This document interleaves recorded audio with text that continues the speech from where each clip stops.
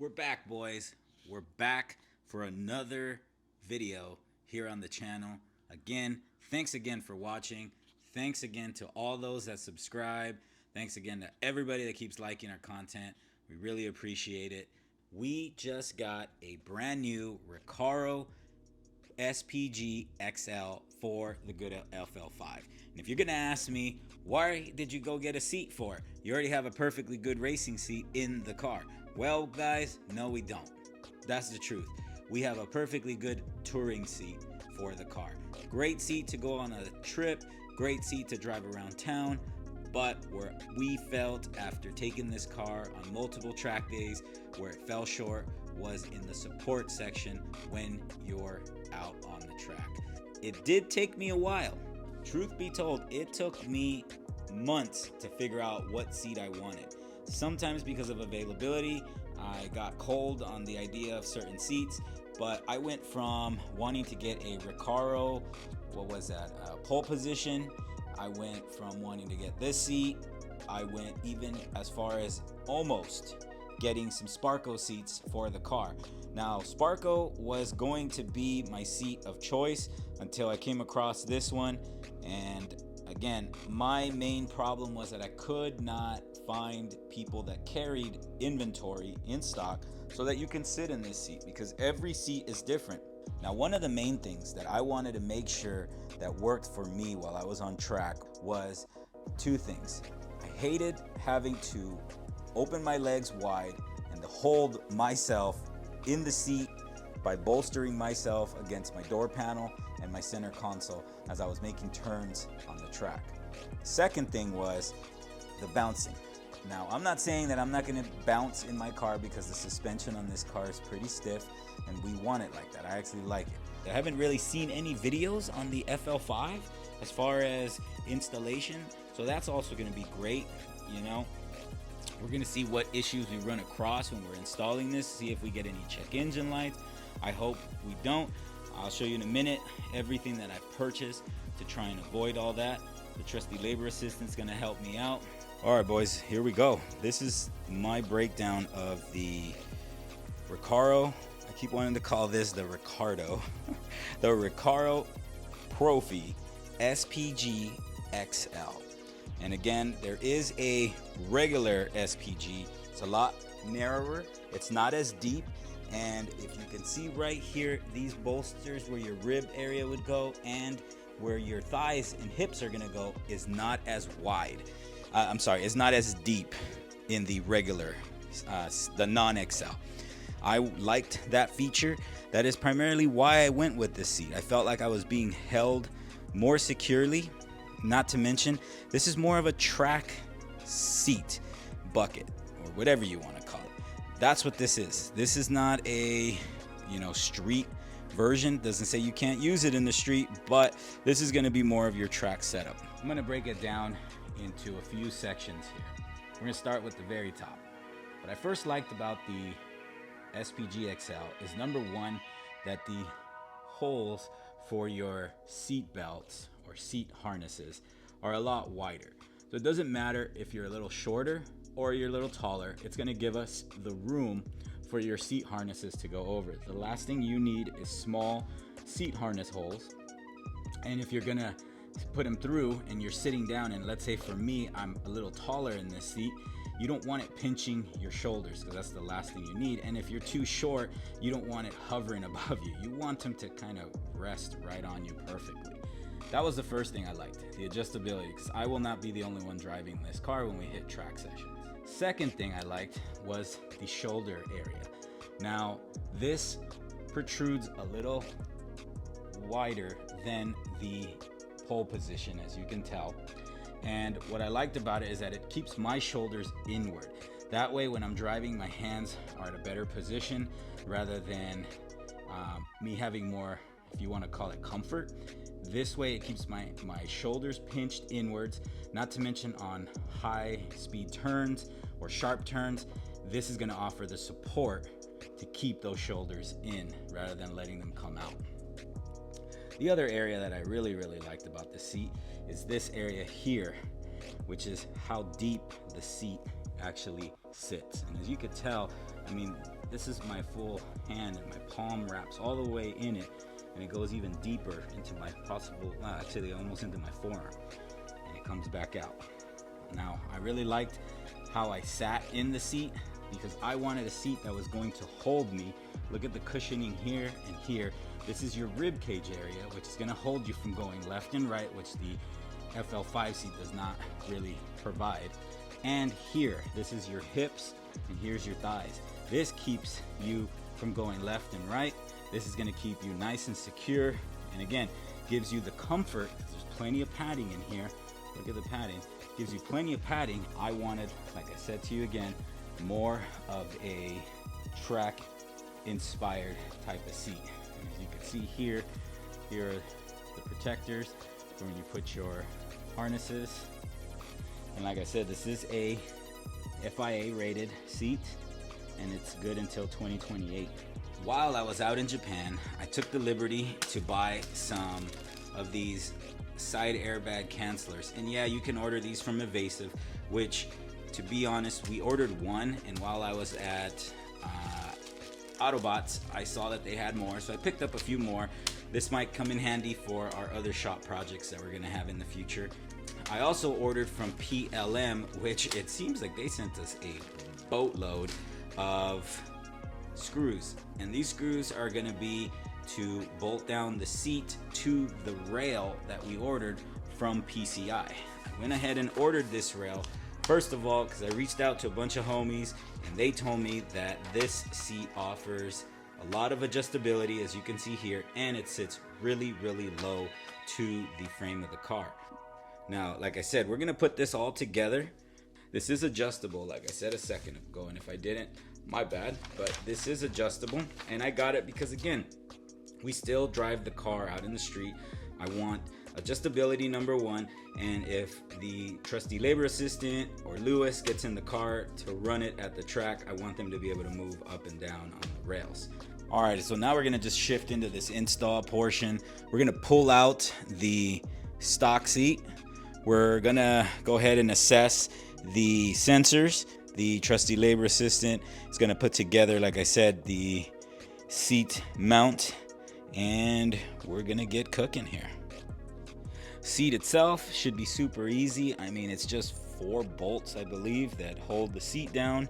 Once we take the seat out, we'll be able to assess, like I said a second ago, the airbag sensor and any other, I don't know, any other things that Honda has surprised us. A few moments later.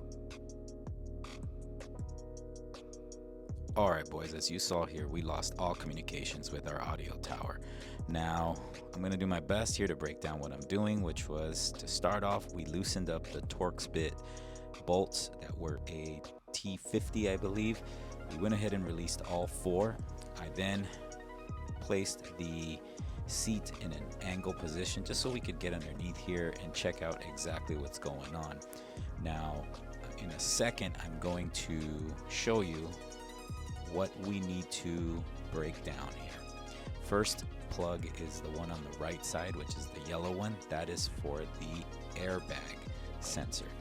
The middle one here, that one is going to be for your seat rail sensor. And lastly, the one that is the last one on the left, which is the blue one, that one is going to be for your seat belt. The harness that I'm pointing at right now comes from the bottom of the floorboard, and it just kind of spreads out into these 3 plugs. Super easy to release them. We just unplugged all 3. Now, again, this is a close view of it, and again, I had to release it by taking off that one clip that was holding everything together. It wasn't too big of a pain. Best thing that I can suggest to use is a panel popper. That way you don't damage the actual clip, as you see right there. It's not that big of a deal. If you break it, I would just suggest you try and salvage as many clips. That way, in the event that you ever try to put your seat back together, you still retain all stock OEM clips. And I simply used a pick tool, as you see right here. Once I popped it with the panel popper, I used the pick tool to press in these little edges. Once I was able to press one in, it popped out. No big deal. Pretty simple, if you ask me. Okay, we take back a look at Morris here. What he was doing was he was just sizing up the seat mount bracket to make sure that it wasn't hitting the bottom of the seat. We had done some fine tuning on the adjustability of the seat. I sat in it outside of the car, and we just wanted to make sure that with the with the adjustments that we made, we weren't bottoming out onto the actual rail. And as you can see, there's plenty of clearance. I wanted not to sit perfectly straight. I wanted to have kind of a little bit of an angle, which we accomplished here. And Morris, again, just double checking our work, making sure we don't run into any issues. And with the seat fully out of the car, and bear in mind, this is a pain in the rear. The seat's pretty heavy. I can't even guesstimate how heavy this thing was, but Morris and I pulled it out, and now we've tilted it on its side just to show you guys a better view of the plugs. The one on the left side now is the airbag side sensor position. The one in the middle is going to be your seat rail position sensor, and the blue one that's on the right side is the one that goes connected to your seat belt bracket. Now you're going to need all of these because you don't want any check engine lights, and what I'm trying to point out here is what we were planning on was removing the sensor, which you could see it right there where it's plugged into, right above my finger. Yep, right there. You could see the sensor. We went ahead and removed it, and we also wanted to make sure that we retained as many of our clips as possible without damaging them. Again, in the event that we ever decide to go back to stock. But most important, we don't want any check engine lights.